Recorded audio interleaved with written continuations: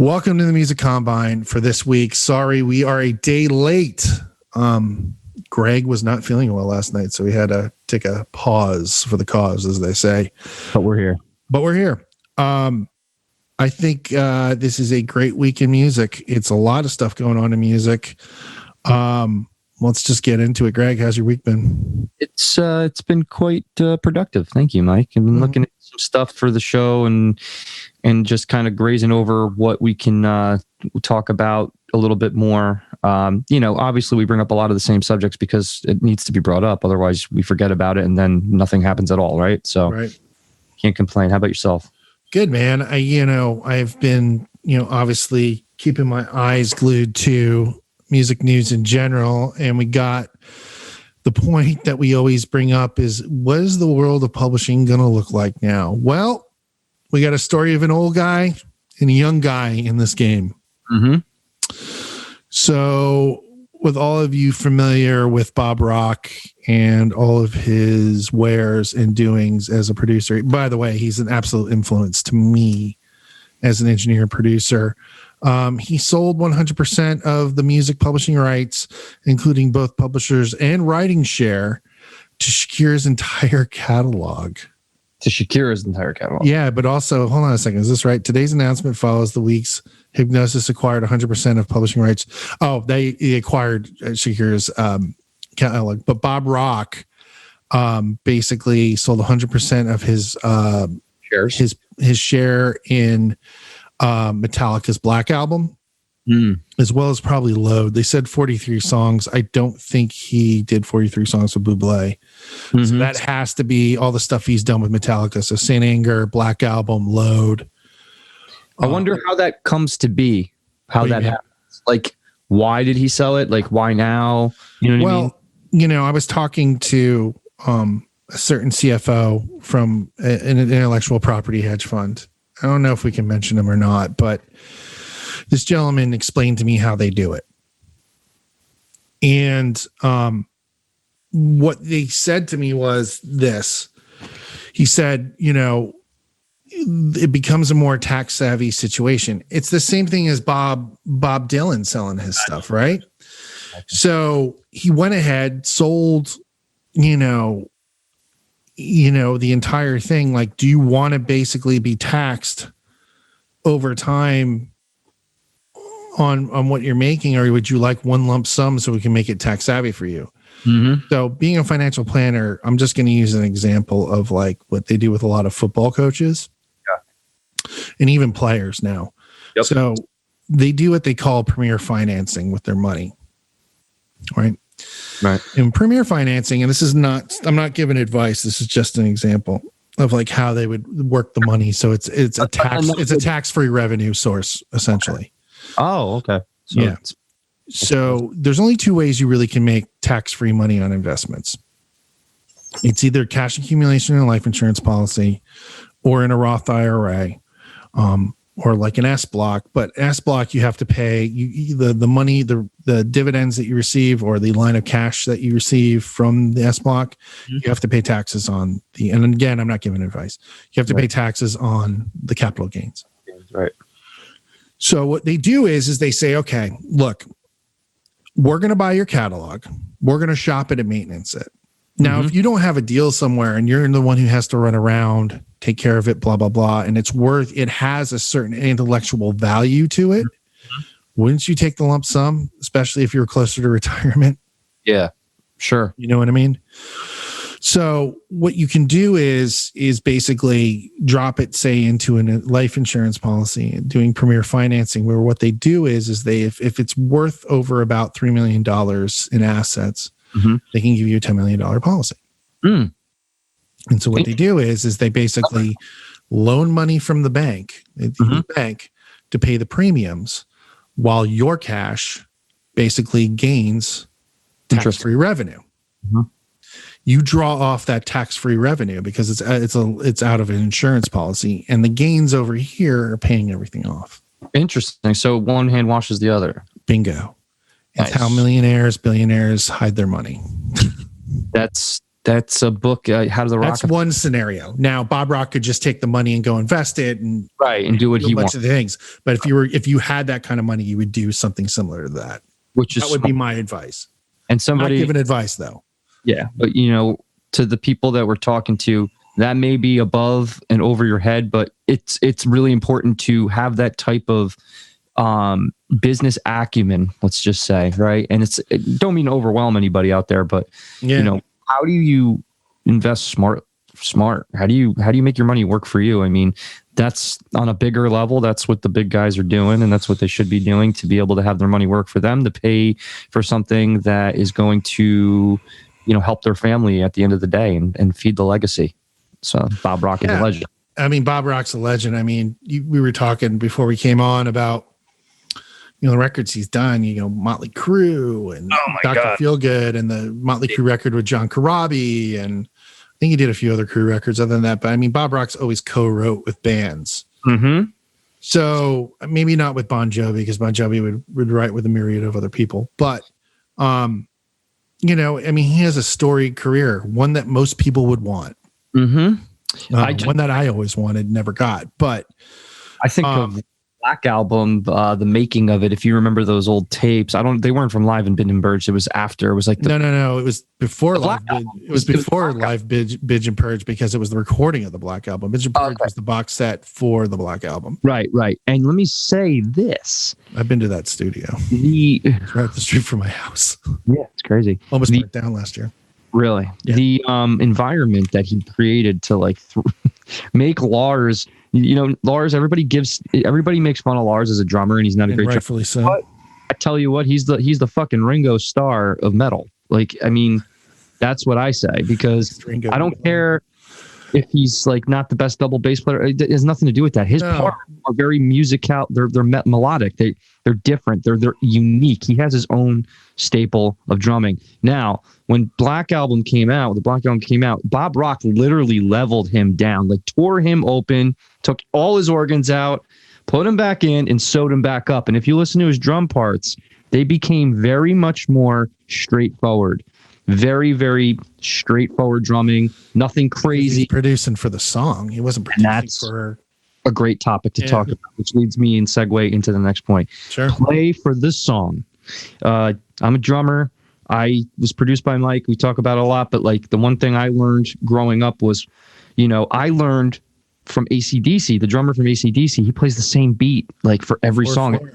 The variation. No Rudd plays 4/4. No Rudd plays 4/4. But listen, dude, that's what makes the songs fucking awesome. If anything more, maybe a little bit more, but anything more than that, the songs would just dilute the awesomeness of AC/DC. And it's the rug that ties the room together. It's the rug that ties the room together. And I believe that Bob Rock got really, Lars gave him he opened his mind up to really having Bob Rock come in, and he was really uncomfortable. If you watch those tapes, he was very uncomfortable. He used a drum set that was a myriad of different drums to get the sound. It wasn't his regular drum set.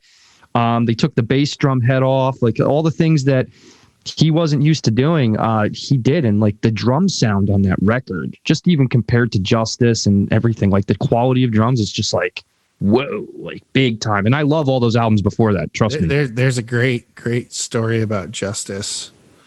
Oh, what with the bass? No, well, the bass, but also the mix on that record. Well, didn't they put the bass all the way down? Steve Thompson originally came in to mix it, and Lars, and I think because everything was so fucked up at the time for them. Yeah, they were just getting over Cliff Burton's death. They weren't over. They weren't over it. They weren't over it at all. And basically, they had Steve Thompson come mix it, and they're these are the guys who just mixed Appetite for Destruction. These are the guys who produced Tesla and worked with the Stones and big time mixers. And you can find this video online. But he talks about how they basically were at Bearsville mixing, and up in Woodstock, and they directed him how they wanted the mix. He's no bass. Yeah. No bass. And then the drum sound that Lars wanted, the reason Injustice sounds like a paper bag. I was going to say, it sounds like for lack of a better insult, is the reason. And versus they were young Cliff was there. It was more musical when they did Puppets and Lightning. They also, there wasn't the money in the blower. You know, I don't want to say they had drug problems because I don't think they did. No, they didn't. I think they were big boozers though. Yeah. Alcoholic. Yeah, Alcoholica. I had that T-shirt as a kid. Yeah, it's awesome. But I mean, I think that they really, he taught. If you can find the Steve Thompson interview, just type in Steve Thompson and Justice for All on YouTube. Yeah. And it's and now like everything makes sense when you listen to that record, why it sounds that way. When I was a kid, I didn't know difference. My ear wasn't that developed. I could tell. I mean, I played that record. I probably played that record for a good straight month nonstop. Did not listen to anything else. It is one of my favorite fucking records. The songwriting are amazing on it. Great. Production sucks. Production. They remixed it though, Mike, right? They remixed it and remastered it. They turned it. Think so. I thought they released that. They might have remastered it. I mean, with the bass on it. Yeah, they turned the bass up. Let's see. Remix. I'm just on Spotify. Hold on. Injustice for All. Maybe there's a YouTube version where someone played bass over it. Maybe. No, I thought there was a whole thing on it. Wanted a remix of Metallica's. Let's read this. This is good. Yeah. So Metallica ultimately did not give in to fan pressure to. Okay, here there was fan pressure to remix 1988 Injustice for All to afford Jason Newsted's bass guitar for more on this. Yeah, the lack of bass in the album mix has been a subject for debate for decades among Metallica fans, some of who have wondered if Newsted even recorded on the album. In a recent interview, Dean Del Rey's Let There Be Talk podcast, which I listened to, guitarist Kirk Hammett revealed. Love Dean. He's a good guy. Like many fans, he wanted the 30th anniversary reissue to have a bigger bottom than the original release, on which Newsted's part are rendered almost completely inaudible. I actually was pushing for it, Hammett said, the remix idea. I just felt that I'll do it in Kurt voice. Because I just felt that it would be a good thing to do. But living. According to Injustice for All engineers Toby Wright, right, there he is, Steve Thompson and Mike. Injustice for All, huh? I did not know that. Aren't we? We're talking to him about coming on the show. Yeah. Michael. We're gonna have to talk about that now. Oh, absolutely. Drummer Ulrich is the reason for the album's lack of bass. Ulrich had a specific drum sound in mind for the record that came in the expense of Newsted's instrument.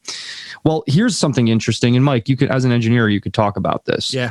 The bass drum or the toms or whatever, the frequency of that, isn't it on the same frequency band as bass guitar?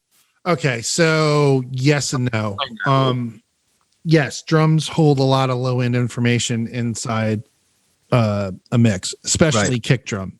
Yeah. To say that it was an expense of Newsted's bass, I think that's a little bullshit. To be honest.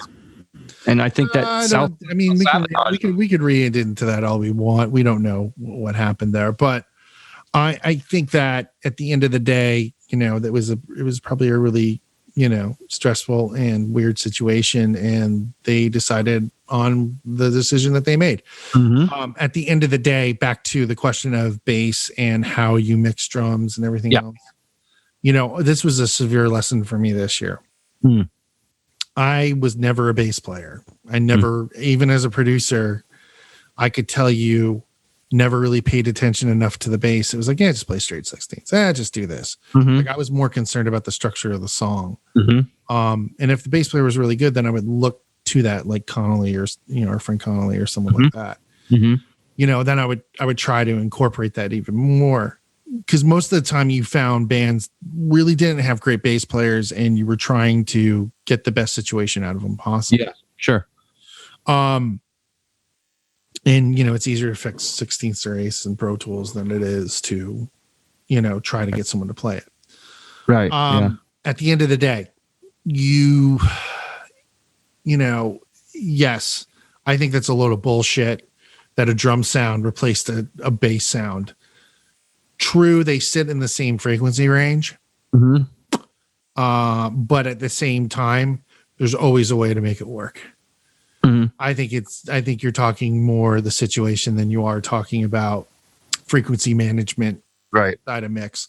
That's just my opinion. I think that, I think they agree too. I think in the article, I mean, I'm not going to go too much more into it, but according to Justice for All, okay, so frontman James Hetfield has acknowledged that he would have done things differently if he could go back, but he also defended the album's unique sound as a part of Metallica's history, something to be embraced and not retrospectively altered. Newsted himself is long at peace with the album's sound, saying he takes pride in knowing the album was a hit despite the unconventional sound and progressive song structure. So I guess they literally they had a closure on it. They just let it go. Like you said, it could be a myriad of other reasons, but I mean, I know they definitely haze. We all know, if you're a Metallica fan, which if you listen to the show, you absolutely should be, that guy got hazed like no one else has ever been hazed that I've ever heard of. And it's unfortunate when people are dealing with grief, not necessarily the behavior is.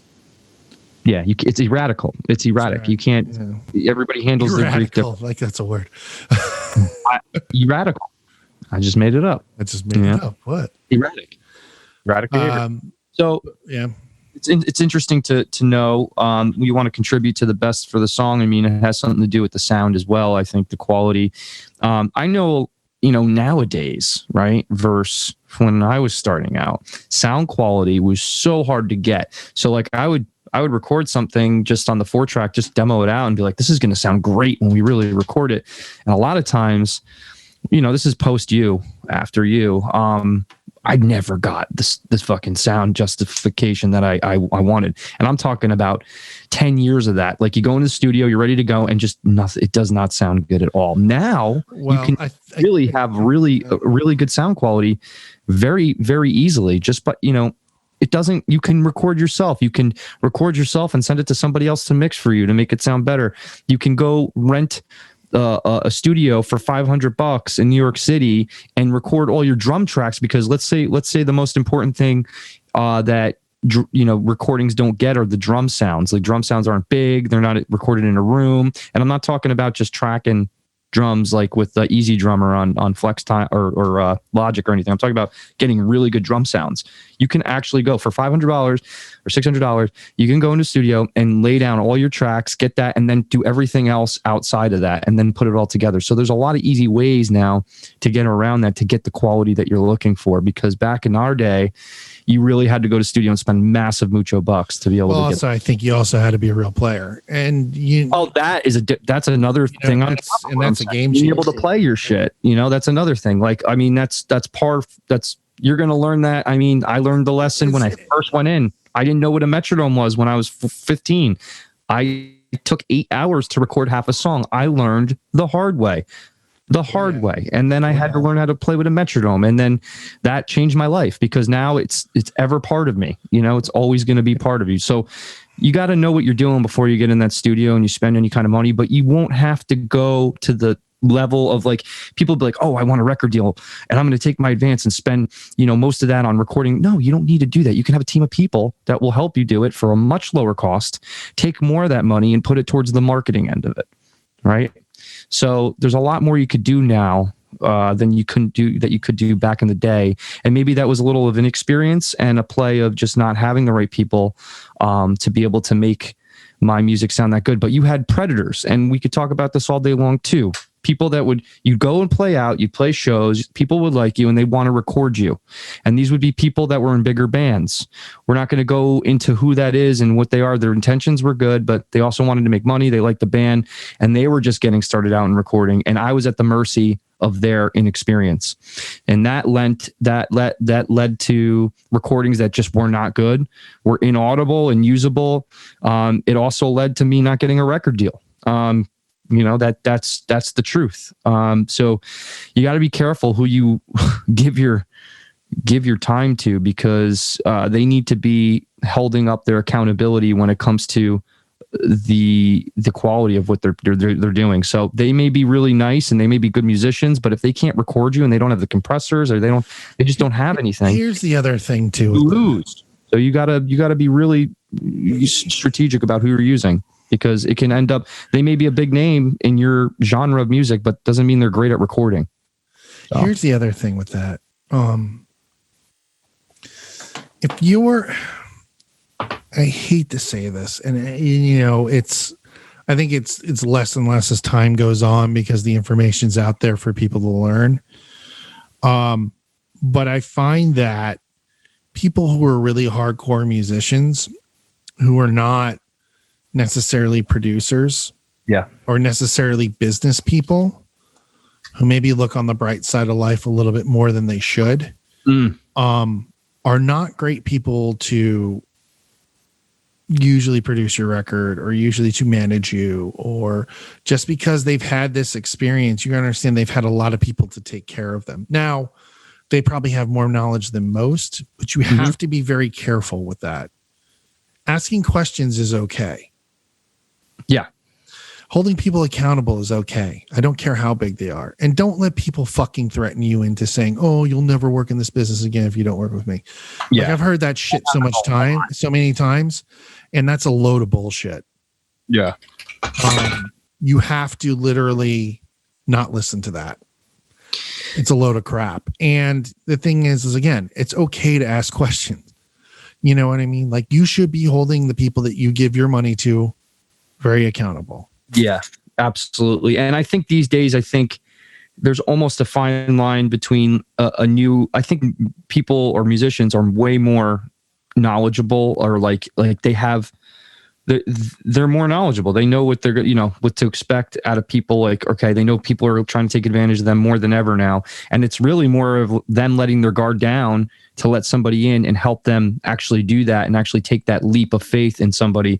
But I mean, there's people that are great at what they do. They're in your local market that you can link up with and see and just say, hey, listen, I've been demoing out my songs. I'm really interested in getting them recorded. What can you do and help me? I don't have a huge budget. What can we do that's going to really, really help move this thing along? And I mean, I always had a thing with I think this is true as an engineer, you're going to probably agree with this, is that you want to record as much as you can when you're there so you can have that consistency in sound.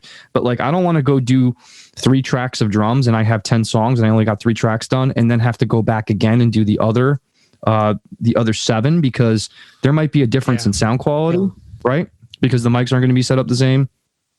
It's just going to sound different. There's exactly that. And I mean, how many times did I, as an assistant, sit there with recall sheets or do automation recall on SSL? And automation recall meaning what it was before and then to come back. So on the SSL, you can go ahead and anything that has Vatican recall, like a Neve or an SSL, like a high-end, pretty much any high-end console, and all digital consoles now can do this, pretty much do the same thing. It's pretty standard. But what it does is it takes a snapshot of what is on the console and how the console was. So what you could do is when you did recall on SSL, you would just turn it and it would show you where to put each one of the knobs. Interesting. Very cool. You go through each channel. Now, the problem with that is that tube gear will vary, compressors will vary, a lot of things will vary. And now we really don't have those issues because people are doing so much in the box. Right. So inbox meaning not outboard gear. Yeah. The inbox software in the computer. Yeah. So we don't really have those issues with recall. You pop the mix up, you make the changes, you send it back. Whereas it would take half day, whole day to recall mixes and shit, and just pain in the ass. So the musician most of the time it was never together. So the musician now has more. The musician now has more. There's more of less of a learning curve.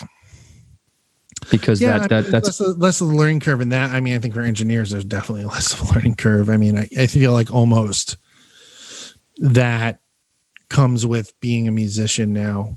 I think that a lot of that, whether you're good at it or not, it's a different story. But if you take the time to learn technique and the amount of information that's out there now. I was talking to Machine about Isaiah Prather. If you guys don't know him, check out Zay, dude. He's one of the engineers that works with Machine at Machine Shop Live. And he's his protege. Zay is 19 and his mixes sound like he's been mixing for 20 years. And the reason for that, and Machine and I were talking about it, was like Zay basically, he literally has all the guys. He's a phenomenal musician.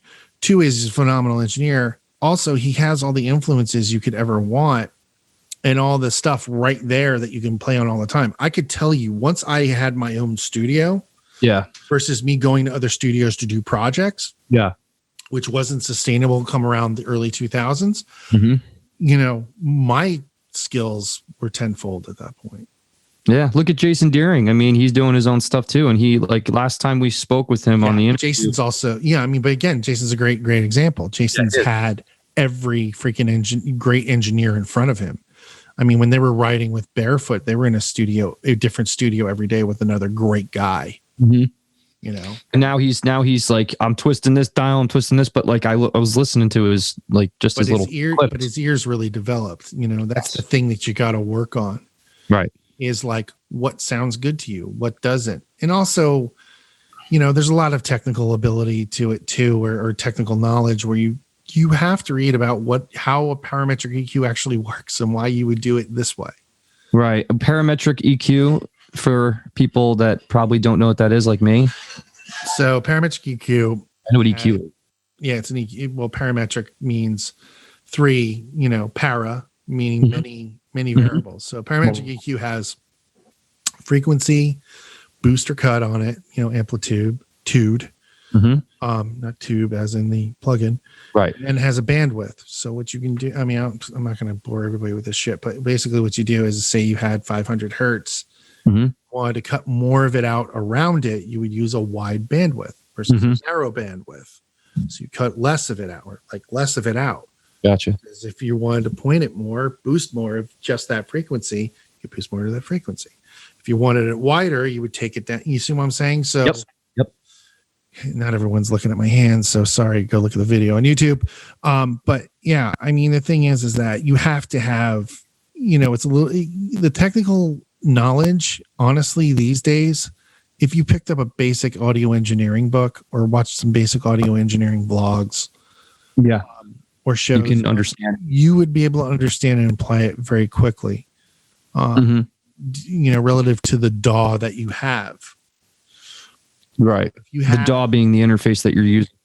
DAW being digital audio workstation. So Pro Tools, GarageBand. Yeah, inside the DAW. Your interface is what you plug into. That's your interface. No, the dashboard on the software part. The software. Yeah, yes. Not the hardware. Yes. Inbox software interface is the hardware, right? And the thing is, if you're starting out and don't have a lot of money, you can buy stuff that's relatively cheap USB wise, because your computer already has an interface in it, audio interface. It's not a very good one, but it has an audio interface. But if that's where you want to start, then start there. Because flesh out your ideas. Flesh out your ideas first before you start getting the idea to get into a studio and such. And then, look around your area. Like, I mean, if anybody who's listening to this is in this area, we can recommend some actually, it doesn't really matter, does it? Because we have an artist that works with a producer in Atlanta, right? And he's from Los Angeles. So see what I mean? So the options are limitless, really. Let's not overwhelm ourselves with. We can touch on that real quick. Is EJ, who I manage, and Greg does some promotion stuff for. Actually, a lot of promotion stuff for. So EJ is actually everything. EJ basically, we've had a situation with COVID where normally, we go down the street, work with the guys we were working with. For me, it was like I needed him to grow more as an artist moving forward. Like the year and a half of development with the guys he was working with was great. It's like, all right, great. Now we need to move on. And not that we won't use those guys. We're definitely going to use those guys. But the thing is, and they even agree, he needs to write more with other people. So with that said, there's a plugin called Audio Movers where you can actually connect with people over the internet through your digital audio workstation, your DAW. And so we've done it a few times and it's worked out really well. And so, with that said, he's starting to do Zoom writing sessions. Mm-hmm. It's just the fact. So there you go. Dive into that really quick. You're an artist. You don't have a band. You don't know what you're doing. You're stuck at home. There you go. You can even get in contact with us. Email us at themusiccombinenow@gmail.com. And we can even refer you to some people that actually just the actual software that Mike's talking about, because if you have that, you can literally work with anybody, and I'm sure they'll be happy to do that, especially what's going on right now. It's the best way to get things done. You may be stuck at your house not knowing what to do next, and like whether you're working with a producer that can help you with your songwriting and your composition, whether you just need an engineer, the options are there. So that's a great point. And I'm going to pivot right now because we're going to tie this up and close this up for the day so we can get you guys back to what you're doing and have a great week, and then touch on who we have this week as a guest as well. So we talked about this, and as a podcast, we're implementing strategies to get our podcast out there in front of more people like yourself. And I was just, reading up on some good implementation on what platforms are really, really kicking or timeless right now. And the one that Mike has been hammering home for months now is TikTok. TikTok's not going anywhere. Facebook's kind of declining in the fact that it's not your point, your at point place to put your stuff up. There's a place for it, of course. Advertising's great. It drives traffic to certain you could drive traffic to your TikTok, you could drive traffic to your YouTube, you could drive traffic to your Instagram. Great way to do that. And then contests and like just events and like very basic stuff. But TikTok is something that is really building off of what's trending. And how do you implement your songs and your ideas of what's trending may not be on the same page, right? There's hashtags out there that are bringing in certain amount of traffic that is relatable to your song. So what you would do is you'd kind of see what's going on in the trending aspect, and then you'd kind of like make something that's content for that hashtag, which would then bring in viewers, which would then bring in viewers that may not have been interested in what you were doing before that, but are going to make them interested because you're using that as an anchor to bring them in, what's trending. And then you can have the hashtag that has relations to your song. So if it's like, emo vibes, you put hashtag emo vibes, right? And then your song is like sad and melancholy, that's going to bring them in. But what's trending is like some sort of fucking, that guy, right? That guy that's sitting down with the mask on, right? Everybody's putting that on their pictures right now. I did it. Well, you mean Bernie Sanders? Bernie Sanders sitting down with the mask on with his arms. That's just any guy, dude. He tried to run for president twice. Yeah, well, whatever. He looks like an old guy sitting in a chair with a mask on because that's what he is. But he's Bernie Sanders. It should have been me. So like taking that, getting people to come in and listen to your stuff, and then using hashtags as well. But look into TikTok because it's not going anywhere. I'm learning how to basically implement that more, but like it's really important. It's something that in 2021 it's not going anywhere, and just make it a point to use it because it really is, and it ties in with Instagram, which is pretty cool. So when you post something on TikTok, it goes on Instagram as well, and it stays up in the feed for a long time. It's just a great platform to really anchor people into, get them to listen to your music. And then I'm going to go into this really quick is don't just put up your music, put up other things that you're interested in, your hobbies, your pets, your family, just have a nice little 1-1-1. If there was a grid, it's your music, it's your hobby, your passion, maybe what book you're reading, maybe a little meme that has something to do with like, how much time do you have you spend on your phone versus what you have to do and getting things done? Like, because, you just whatever you need to relate to people that you're thinking, because they will relate to you and you'll build that over time. Just keep putting it out, be consistent, and don't feel overwhelmed. Just do it. There's just do it. There's no other better time, to wait.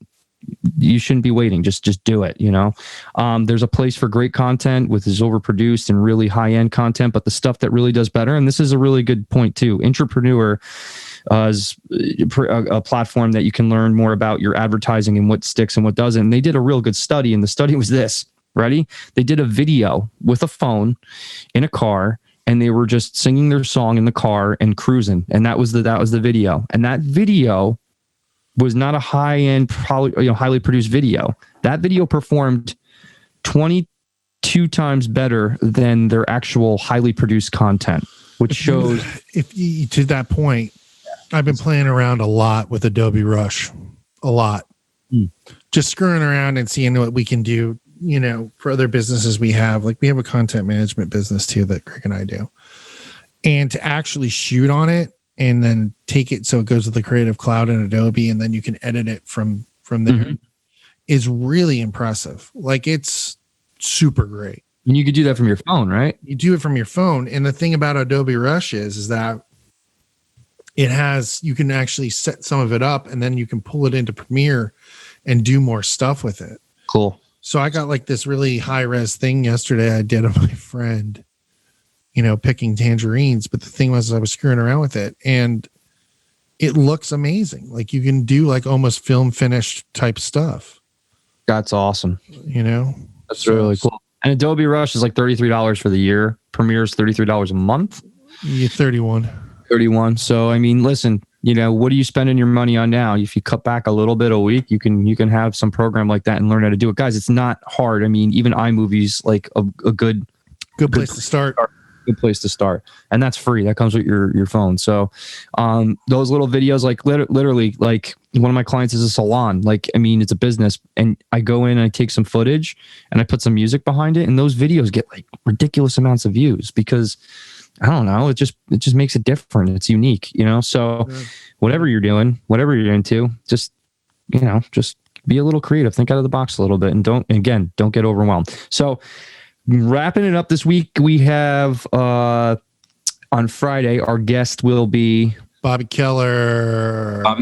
And just give a little back. Virtuoso. Yes. Learned how to play guitar like 10 years ago and is like fucking advanced as fuck. Shredder. He's advanced. He's endorsed by ESP Guitars and LTD.